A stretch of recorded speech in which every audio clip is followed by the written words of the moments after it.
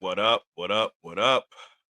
Ladies and gents, boys and girls, you are now tuned in to a brand new video or episode. In fact, I'm going to call this episode because it's a lot to dive into, and I'm going to try to dive everything into one episode, to one video. So, with that being said, I am your host with the most, the Hood's ESPN, Crystal Street's very own Dre Day. What's up? What's up? What's up? Thank y'all very much for tapping in. Thank you very much for joining me. Uh, if you haven't already, subscribe to the YouTube channel, which is Sportsway with Dre Day Podcast. Hit that notification bell so that way once your boy drops a video, you will get a notification. I am close to 500 subscribers. I am almost there. I am almost at the finish line.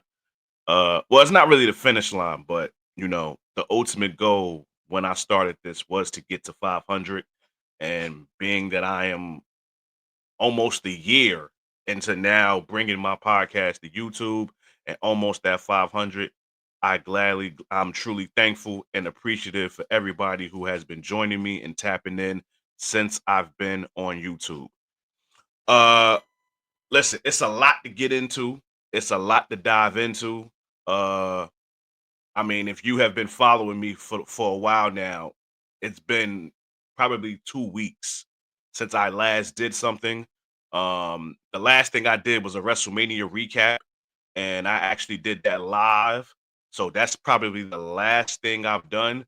It's been so much that has been going on in sports since then. Uh, we got the Shannon Sharpe stuff going on. We got the Shedeur Sanders stuff going on. It's just a lot to unpack, right? And we got NBA playoffs to talk about. So it's a lot to unpack. So I am going to try to put all of this in this video. I'm going to try to do it in less than an hour. Um, so bear with me, bear with me, bear with me. So first things first, let's get to the Lakers being eliminated. Uh the NBA playoffs has started, and I'm not gonna hold you. Some of the series I'm not watching like that. Some of them I am. And the one that was really catching my attention was the Lakers and the Timberwolves. I had the Lakers winning that series. I had them possibly winning it in 6 games, but Shannon Sharpe has this thing where he kept saying Lakers in 5, Lakers in 5, Lakers in 5, but unfortunately it didn't work in his favor. He kept saying Lakers in 5, but actually it was them going home in 5 games as opposed to winning a series in 5 games. The Minnesota Timberwolves made easy work of the Los Angeles Lakers, winning in 5 games, basically a gentleman's sweep. They beat the Los Angeles Lakers 4 games to 1 last night. They eliminated them 103-96. And obviously, the biggest talk of that series, besides LeBron, is the disappearance of Luka Doncic on the defensive side of the ball. Now, obviously, we know he can score buckets. He can score with he can score with the best of them. But when it comes to his defense, he is horrible. He is abysmal. And last night was clear point. From the get, it seemed like the Minnesota Timberwolves, their game plan was whoever Luka Doncic was defending, is feast time. That's basically what they went off of. Whoever Luka Doncic was defending, that's who's going to get the ball, and that's who's going to feast. And listen, I know Harrison is somewhere right now salivating. He's probably sitting by a fireplace somewhere, probably well, I mean, it's springtime now, so I'm not sure if it's cold anywhere unless you're in North Dakota. But I'm sure he's somewhere smoking on a cigar, sipping on some wine, kicking his feet up, and saying to himself, how do y'all feel about me now? Because remember when Luka got traded to the Lakers? Everybody was calling for this man's head. They was calling for his job. I'm not sure if he was receiving death threats or anything like that, but they was calling him everything in the book about him trading Luka to the Lakers. And now look. And now look. But again, listen, we know Luka is dope offensively, but when it comes to his defensive prowess, he has none. You have some players who try to play defense. Like they're not great defenders, but at least they try to play defense. They try to make an effort to play defense. Luka doesn't play no defense at all. And I tried to tell people when this trade happened, everybody was on cloud nine. Oh, Luka to the Lakers. Luka. I'm like, okay, what does that mean? What that mean? So now you got both of your star players that don't play no defense because LeBron don't play no defense either. Like I think y'all get blinded by that. Oh, he comes up from behind, pause, and blocks a layup on a fast break. He ain't no shutdown defender. Like he's not on a Kawhi type defensive prowess. He's not on a Dylan Brooks or Draymond Green defensive prowess. Like this is not him. But what I love about this is, and again, I hate to sound like this, but listen, I know the GOAT talk is going to constantly keep being talked about. For whatever the reason may be, people will always try to find a way to bring up that conversation.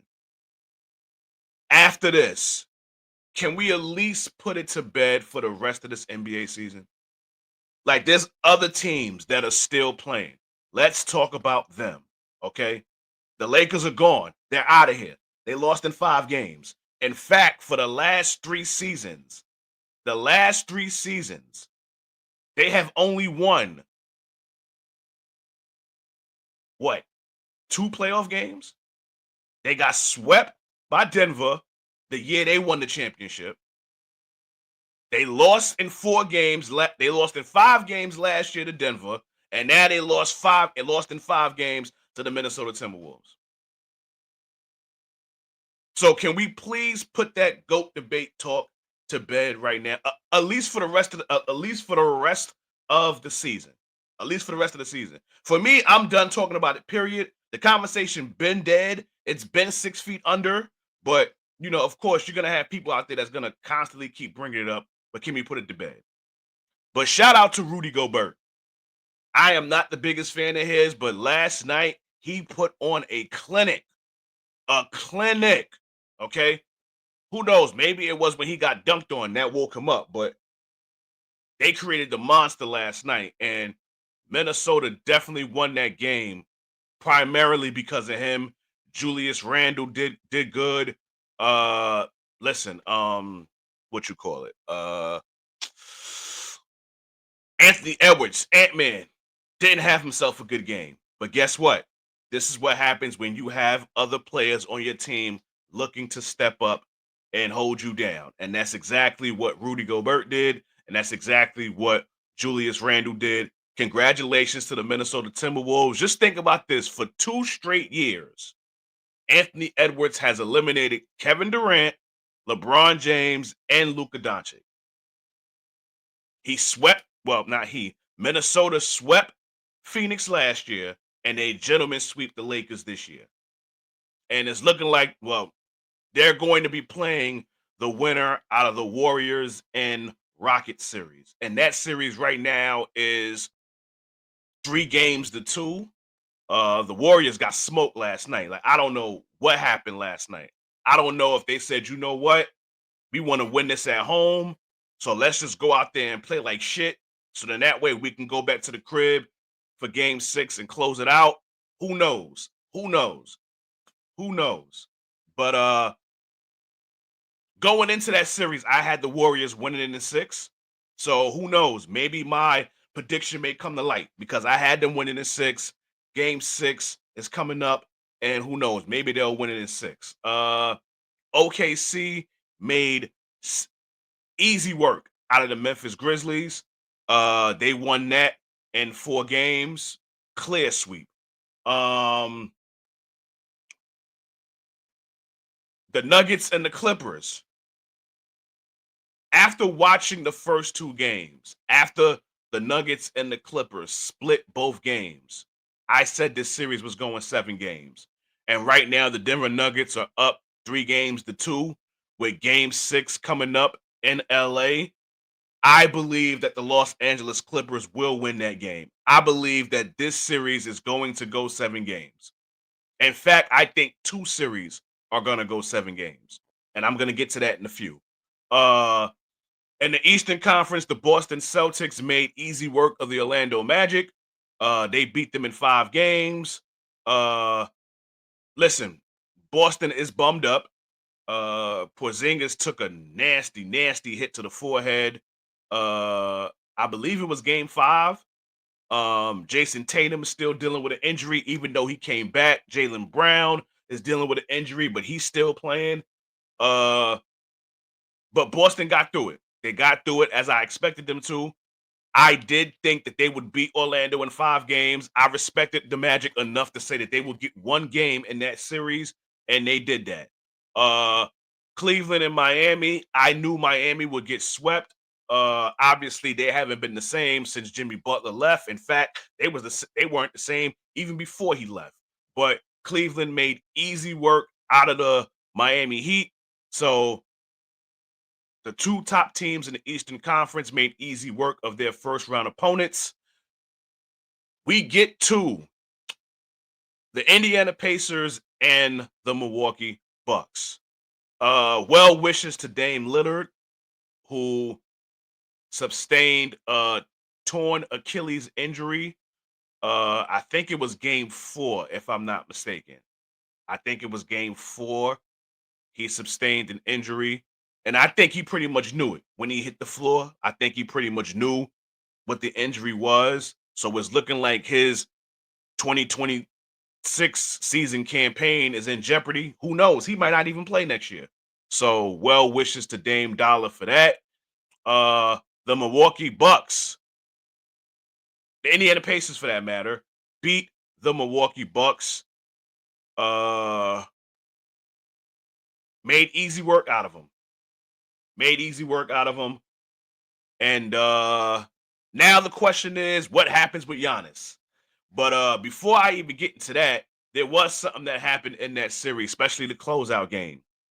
Tyrese Halliburton hit basically a game-winning shot to win the game, and then his father jumped on the court after the victory, got up in Giannis's face, and it was a little exchange between the two. And then Giannis, basically had a little, you know, back and forth session with some players from the Indiana Pacers. And now the question is, what happens with Giannis after this? He has been very vocal. I want to say for about a season or 2 now about wanting to get better in Milwaukee. They need to get him some help. And unfortunately, I think after this, it might be time for Giannis to leave. It just might be time. It just might be time for him to go. Aside from the fact that you have Doc Rivers as a coach who has a history of being a choke artist in the playoffs. Primarily in this last game, Milwaukee was up 7 points with seconds left. And then the game wound up going into overtime. And that's where Indiana wound up putting it away. I've said it for years. Doc Rivers is an overrated basketball coach. He's not a great coach. He is a good/decent coach. When you have this many chokes, I can't put you in that great coach category. I'm sorry, I can't do it. I can't do it. Now, back to Halliburton's father. I've been hearing a lot of people say that, oh, he should be banned from NBA games now and stuff like that. I wouldn't go that far and say that he should be banned from NBA games. What I would say is this.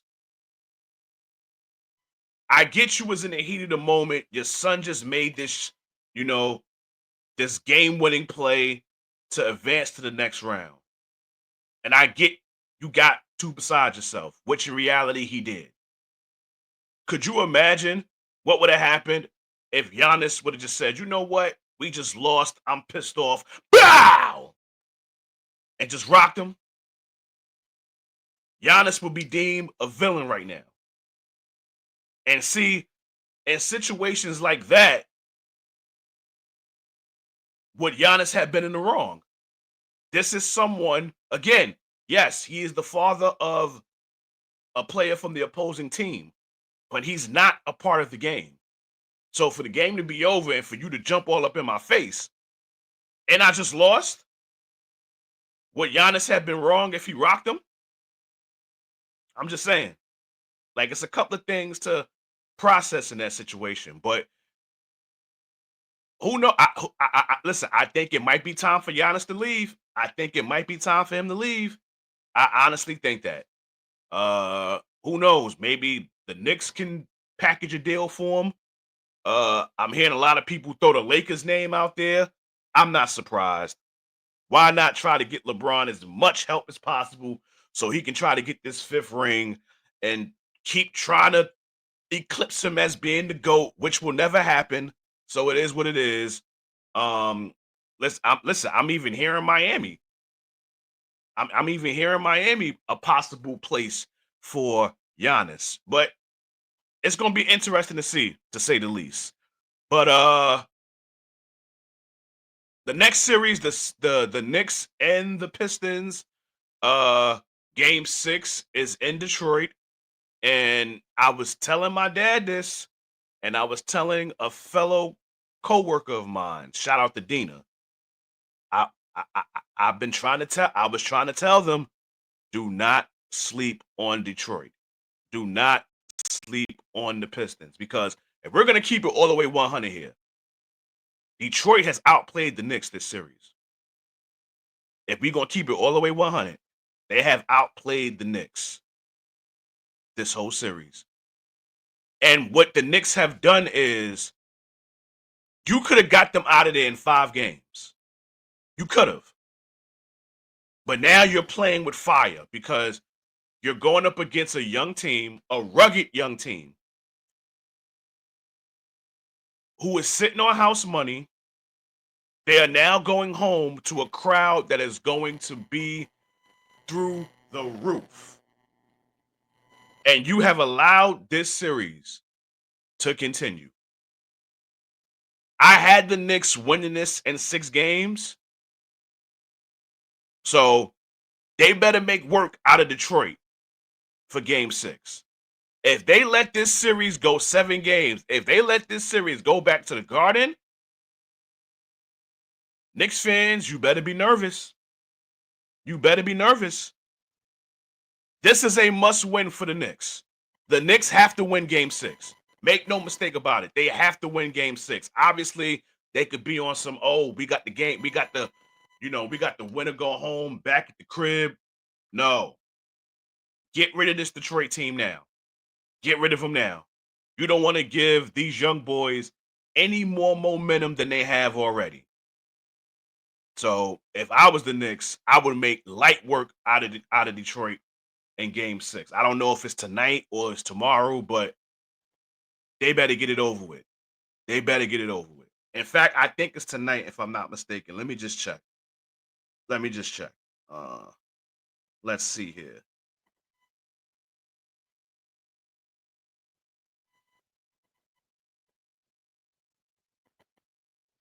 Yes, the Knicks and the Pistons are at 7:30, and the Nuggets and the Clippers are at 10 o'clock. So those are the 2 games that are on the schedule tonight.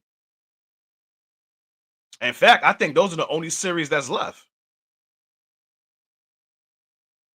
Oh, and the Warriors and the Rockets. So those are the only 3 series that is left. So that's the wrap up for the NBA playoffs. Now let's get into what I really want to speak on. And that would be what happened with Shedeur Sanders and Shannon Sharpe. But let's get to Shannon Sharpe first. It's going to pain me to say this, but I lost a lot of respect for Shannon Sharpe. If you notice, I'm saying Shannon Sharpe. I've been on this train calling him Uncle Shay for quite some time. But for him to put himself in the situation that he's in now, it made me kind of lose respect for him. I'm not even gonna hold you. If you don't know, if you've been living under a rock, a lawsuit has been filed against Shannon Sharpe. Gabriella Uzinga, I think is her name. Uh well, I think she's in her early 20s right now. Uh she's basically saying that Shannon Sharpe SA'd her, assaulted her, uh, just a bunch of things, right? But see, my whole thing is this, and when this report initially went down, I was trying to wait until everything came into play before I spoke on it. Because listen, when it first came out, everybody and their mother wanted to dive into it. Me, I wanted to wait until everything came out. Because when it first came out, I didn't believe it. Even when I heard the first audio, I didn't believe it was him. I'm like, okay, that's AI. I don't think it's him. But after playing it over and over and over again, I'm like, yo, this shit does sound like him. It does sound like him. And my whole thing is this. What the hell are you doing talking to a then 19-year-old? Like, listen, honestly, I honestly need people to explain this to me as if I was a 3-year-old. What the hell is a late 50s going on close to 60? What the hell are you doing talking to a then 19-year-old who is probably going on 22 years old right now? And then you wonder why you're in the situation that you're in. Now, do I believe, like he said in his video, once the allegations came out and the lawsuit was filed, do I believe this is a shakedown? Yes, I do. I honestly believe it's a shakedown. Like if you go over the messages, obviously these two had a consensual, kinky relationship. That's just what I got from this, right? It's a consensual, kinky relationship. They some freaky motherfuckers. Let's just call it what it is. But at the same token, I'm going to say this again. What are you doing as a 50 something going on 60, close to 60? What are you doing talking to someone of that age? Please explain that to me because I can't understand that through the life of me. I can't. Now, there's gonna be some people out there, and I've been hearing a lot of people say this. He didn't do anything wrong. She's legal. She's an adult. She's this, she's that. When I hear people say that, that makes me question y'all. Because basically what you telling me is y'all okay with the age difference. I'm not okay with that shit. And I'm gonna tell y'all why I'm not okay with it. First of all, this young woman is young enough to be not even his daughter. She's of age to be his granddaughter. I believe Shannon Sharpe has 3 kids. This young woman is younger than all 3 of his kids. Now, supposedly they met at a gym and she has her OnlyFans and this, that, and the third. Shannon, come on, man. Come on, dog. Come on. Come on. Like, seriously? And then you wonder why you see yourself in a situation that you in now. But I'm going to tell you where all of this started. Shannon Sharpe thought he was untouchable. He was walking around here, especially after that Cat Williams interview last year. after that infamous Cat Williams interview. Cat Williams warned him. He was like, yo, they're going to be coming for you after this. And in real time, they coming for him. Now, I don't think it's a coincidence that all of this shit came out once it was reported that he was about to get this $100 million deal. That's more of a reason on why I think it's a shakedown.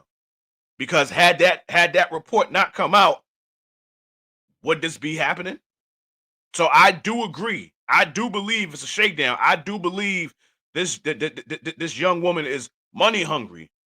But again, he should have not put himself in this situation to begin with. Because again, like I said, he thought he was untouchable after that Cat Williams interview. And then you add fuel to the fire with that infamous IG Live shit that he did. And then you make a mockery out of that shit. Because I don't care what he say. He set that shit up. Because again, for all of us that have gone on IG Live before, and I did a video about this when it went down, I've gone on IG plethora of times. There are steps that you have to take to go on IG. You don't just open up your phone and hit IG, hits the Instagram app, and then bam, you go live. There's steps that you have to take. You have to slide the screen. You know what I'm saying? Like you have to rotate the screen, slide the screen. Then you gotta look to the lower end of your screen where it says live. Then you have to press live. Like it's like 3-4 steps you have to take to go live. And obviously that's what he did. I can care less what he said. Then he goes on IG Live. He was supposed to explain himself. Before he even goes live, there's an advertisement for Rose Sparks, which is a sex enhancer. So now I'm saying to myself, was this all script? Was this all planned? He basically made a mockery of what happened. And then now we get to this. And the crazy thing is, I remember Shannon Sharpe, and again, I've followed him when he was playing the football with the Denver Broncos and with the Baltimore Ravens, but what we famously know him for now is Undisputed and First Take. And the one thing that he did on those shows faithfully was spread some of the wisdom that his grandparents gave him when he was younger. He always had a famous quote from either his grandmother or his grandfather. His grandparents are turning over in their grave watching this go on. I can only imagine how his brother Sterling is feeling. Because he has to answer for this. Even though he ain't got nothing to do with it. People gonna be hitting him up like, yo, what's going on with your brother, yo? Like he out there doing this shit. Like this is shit that he gonna have to deal with now. And it's unfair to him. Now, again, do I believe it's a shakedown? Yes, I do. I absolutely believe it's a shakedown. But all of this could have been resolved had you not been dealing with that girl to begin with. Like, that shit crazy to me. And for the people out there that's okay with this, like, I got to question y'all morals. Seriously. Seriously. I'll be 40 years old in November. God willing, knock on wood. Ain't no way in hell I'm talking to a 19-year-old. Ain't no way in hell. No. I don't even want to listen. I don't even want to talk to someone that's in their early 20s. And don't get me wrong, there are some girls out there that are that age that are very much beautiful and gorgeous. But for me, no, absolutely not. No. And the reason being is because I have a son that will be 21 on Saturday. What do I look like talking to somebody that's younger than my son? What do I look like talking to someone, my oldest niece, My oldest niece will be, I believe, 27. My oldest niece, shout out to my niece Darlene. My oldest niece will be 27 in September. What do I look like talking to somebody that's almost the same age as my niece? See, I have morals. I have codes. And clearly Shannon Sharpe doesn't. Clearly he doesn't. Because I don't know what the hell made him think that this was okay. I don't want to hear nothing about, oh, she's legal. Okay. And your point is, the age difference is the problem for me. What the hell do y'all have in common? Y'all both like milk and cookies? Please tell me. What do y'all have in common? So yeah, I'm not okay with that shit. I'm not. And this is why he finds himself in the situation that he's in. Clearly his days on ESPN is over. I don't give a damn what he said. Like, he talking about, oh, he's deciding to take a step back from ESPN. He wants to focus on his family, yada yada yada. Clearly that's a lie, because if you really want to focus on your family, you wouldn't be doing Nightcap with Ocho Cinco. You would just stop everything. But clearly that's not what happened. ESPN told you that they was letting you go. And you just saying this. Nah, ESPN let you go, dog. They let you go. Stephen A basically confirmed it. Like, he tried to cut it up nice in whatever way he could, where it seemed like he didn't throw you under the bus, but basically we know it's a wrap for you, dog. We know you're not coming back to ESPN. And the crazy thing is, he has a history of this shit. Now the thing with CBS, I didn't know anything about that. That basically got settled out of court. You got that situation. Fox Sports, he had a situation with that just came out. Like, listen, if you do dirt, it's gonna come up. If you do dirt, it's gonna come up. And then now this shit. Even though it's a shakedown, which I believe it is, but you still shouldn't have had put yourself in this situation. Still haven't. And it's unfortunate, because he was basically like one of our, like, when we look to sports media, he was one of our guys.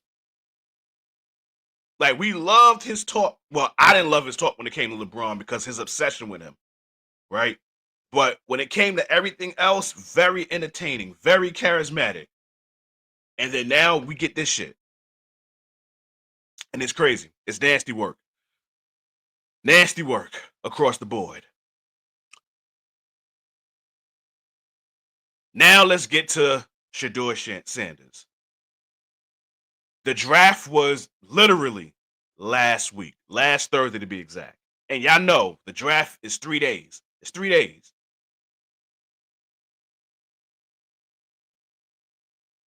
I know I was shocked that he didn't get drafted in the first round.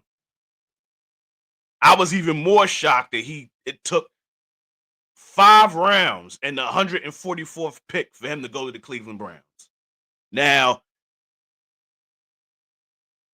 when this was going on in real time, all I kept saying to myself was, they ain't trying to send a message to him. They're sending a message to him. And for me personally, I said that he got humbled. I said he got humbled. There was a video that came out where he was talking to his brother and he was smiling and stuff like that. But me analyzing the video the way I saw it, I saw pain in his eyes.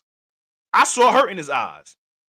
And I was trying to tell that to people, and everybody is like, how you know he in pain?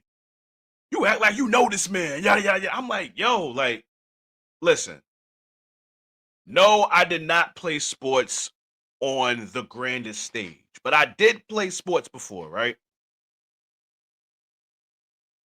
When you were projected to be a top pick in the draft, which Shedeur Sanders was, there was a time that people looked at him as possibly the number 1 pick. There was times people looked at him as a top 5 pick, top 3 pick. So the fact that you didn't get drafted the first round, that shit is going to hurt you. It's going to humble you. It's going to rattle you just a little bit because that's what you was projected to be. You was projected to be a top pick. And when I tried to say that to people, oh, you act like you know this man. Are you happy for his downfall? Actually, no, I'm not. No, I'm not. I love the Sanders family. I love the Sanders family. But let's call it what it is.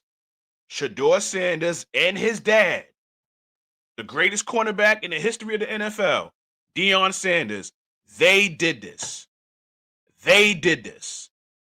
Because now, with the interview with certain teams, they were saying that how he basically was tanking it on purpose so he don't go to certain teams. There's a famous video out there where Deion was on, I forgot the lady's name. She's on Channel 7. I think her name is Tamron Hall. He basically was letting it be known that we got a list of teams that my son ain't going to. So for you to be on national television saying this, those NFL owners is like, oh yeah, that's how you feel? Okay, well, we're going to show you something. We're going to show you that y'all don't control this. We going to control this. And that's what they did. Because let's be real, the Steelers needed a quarterback. They didn't grab Shedeur. The Giants needed a quarterback. They went and got Jackson Dart, who I don't think is better than Shedeur Sanders at all. In fact, they traded up to get him. They got their number 1 pick in Carter from Penn State, the linebacker, right? Then they traded up towards the end of the draft to get Jackson Dart, where they could have got Shedeur, but rumor has it that the interview with the Giants didn't go well. The Raiders needed a quarterback. They didn't draft him. Now, Brady is supposed to be his mentor. I think Tom Brady had Shedeur modeling some of his TB12 gear. He didn't draft him. The Saints needed a quarterback. They didn't draft him. So it took the Cleveland Browns all the way to the 5th round to go get Shedeur. Now, mind you, Cleveland had plenty of other picks prior to that. In fact, they took a quarterback before they even took Shedeur. Dylan Gabriel from Oregon. They drafted him before they even got Shedeur. Now, do I think it's fucked up that he got drafted in the 5th round? You're damn right I do. But what I'm not going to do is sit here and say it's racist. Oh, race played the role. We're not doing that. We're not doing that. And that's one thing I would wish that my people would stop doing. We have to stop going with this race baiting shit for everything, because it's getting nauseating at this point. It's getting disgusting at this point. This right here had nothing to do with race. And I'm going to tell you why. The number 1 pick in the draft was black. Cam Ward. So that right there alone tells you that it ain't about race. That right there alone tells you it ain't about race. Mike Tomlin. Isn't he black? He's the head coach of the Pittsburgh Steelers. He didn't take Shedeur. So you can't throw the race card in this. You just can't do it. The Sanders, which was Shedeur and Coach Prime, Deion Sanders, they're the reason why Shedeur went the way he went. And it cost him a lot of money. It cost him a lot of money not being a top pick in the draft. Because again, listen, did I believe he was a 1st round pick? Absolutely. Absolutely. First of all, you can't be, in my eyes, the 2nd best quarterback in that class and not be in the 1st round. First of all, it wasn't a great quarterback class to begin with. But Shedeur was definitely top 2 between him and Cam Ward. And for him to go all the way to the 5th round. But I'm telling you, a lot of things played a role in him not being a first round pick. The way he conducted himself in these interviews, supposedly, him not going to the combine. Look, listen, what happened draft night? The man had I don't know where I don't know where it was he had it at. I don't know if it was at his house, whatever the case may be. He had all these team hats of who can draft him, legendary, like the whole layout, like shit like that rub people the wrong way. Like shit like that rub people the wrong way. And that was the reason on why he got drafted where he got drafted. He's not a bum at all. He's not a scrub at all. So I'm not saying that at all. What I think was wrong, but I can understand why it happened. They wanted to humble him. And he got humbled. Make no mistake about it. He got humbled. You can't be a projected top 3, top 5, top 10 pick and then go all the way down to top 20 and then miraculously go to the 5th round and don't get humbled. Because I'm sure he got humbled. But I will say this, though. He can get that quarterback job if he really buckles down and take what happened to him. Take it very seriously. Forget about the jewelry. Forget about the nice chains around his neck. If he really commits to football, now that you've been drafted, go to the OTAs, go to mandatory training camp, put your eyes in that playbook, he can get this starting job because Dillon Gabriel, I don't think he's going to last there. Deshaun Watson, he's done for the year because he's hurt. The only other person you got to worry about is Joe Flacco. The Cleveland Browns have 5 quarterbacks if you include Shedeur. The only quarterback you got to worry about at this point, in my eyes, is Joe Flacco. I don't think they're good. Like, Dillon Gabriel, like, Shedeur can handle that. So, I'm not saying he's going to start when the season begins. No, I'm not saying that at all. But Cleveland is not going to be good this year, respectfully. And I know Myles Garrett wanted to go somewhere else and win, but they gave him an offer he couldn't refuse. So obviously, he's going to be a Brown for the foreseeable future. But he won't be winning. He won't be winning. So you got this big bag, which you rightfully deserve, but you're not going to win nothing. So who knows? The Browns can have a horrible season, and they say, you know what? Let's push Shedeur out there and let's see what he's made of. Because I will say this, though.